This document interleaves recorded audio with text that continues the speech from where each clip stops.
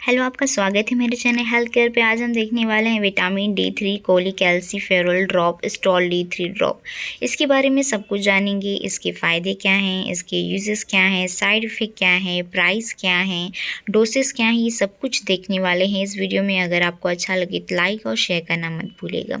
Vitamin D3 जो है ये बच्चों के लिए यूज़ किया गया है। ये 30 ml का है, आप देख सकते हैं। आपको सिरप फॉर्म में भी अगर लेना है तो ले सकते हैं, लेकिन अगर आपका बेबी जो है 1 साल के ऊपर है तो आप उसे दे सकते हैं। लेकिन ज़्यादातर जो है विटामिन D3 जो है 1 साल के बच्चे तक ही दिया जाता है, उसके बाद जो है बंद कर दिया जाता है, क्योंकि वो नॉर्मल उनमें कैल्शियम और ये हो जाता है, इतना कोई प्रॉब्लम नहीं होता है। अगर आपका बेबी छोटा है तो आप जो है इसे देना स्टार्ट कर सकते हैं। अगर आप देते भी हैं तो अपने डॉक्टर के सलाह के अनुसार ही दीजिए, बिना अपने डॉक्टर के सलाह लिए मत दीजिए, क्योंकि ये बेबी के यूज़ के लिए रहता है। ये भी ज़रूरी है कि आपके बेबी को ये ज़रूरी है कि नहीं है, तो उसके ऊपर भी डिपेंड रहता है। अगर आपके बेबी में कोई प्रॉब्लम्स है, जैसे कि कैल्शियम की प्रॉब्लम हो या कैल्शियम का लेवल सही नहीं हो, कैल्शियम नॉर्मल करने के लिए दिया जाता है, नॉर्मल बोन ग्रोथ के लिए दिया जाता है, कैल्शियम लेवल ग्रोथ करने के लिए दिया जाता है।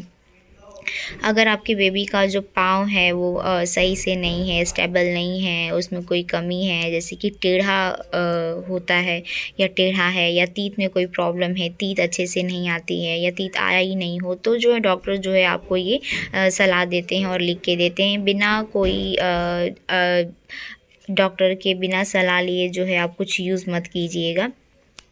अगर आपके बच्चों में जैसे कि नॉर्मल सी कमी होती है, कोई ग्रोथ की कमी है, तो जो है डॉक्टर्स जो है आपको बेबी को ये सलाह देते हैं और लिख के देते हैं। अगर इससे सिर्फ काम नहीं होता है तो आपको बेबी को जो है मल्टीविटामिन्स की भी सिरप जो है वो देते हैं।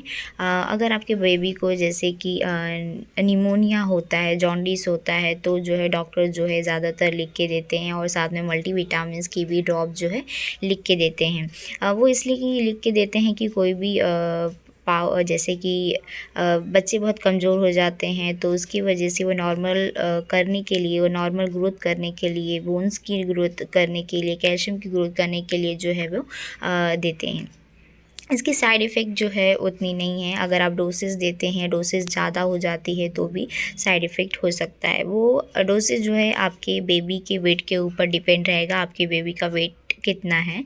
ज़्यादातर जो है 6 मंथ का है या 7 मंथ का है तो आप 1 ml जो है दे सकते हैं। उससे कम है तो आप जो ड्रॉप का जो डोज़ है वो जो है वो कम कर सकते हैं, 0.5 या 0.8 जो है वो दे सकते हैं।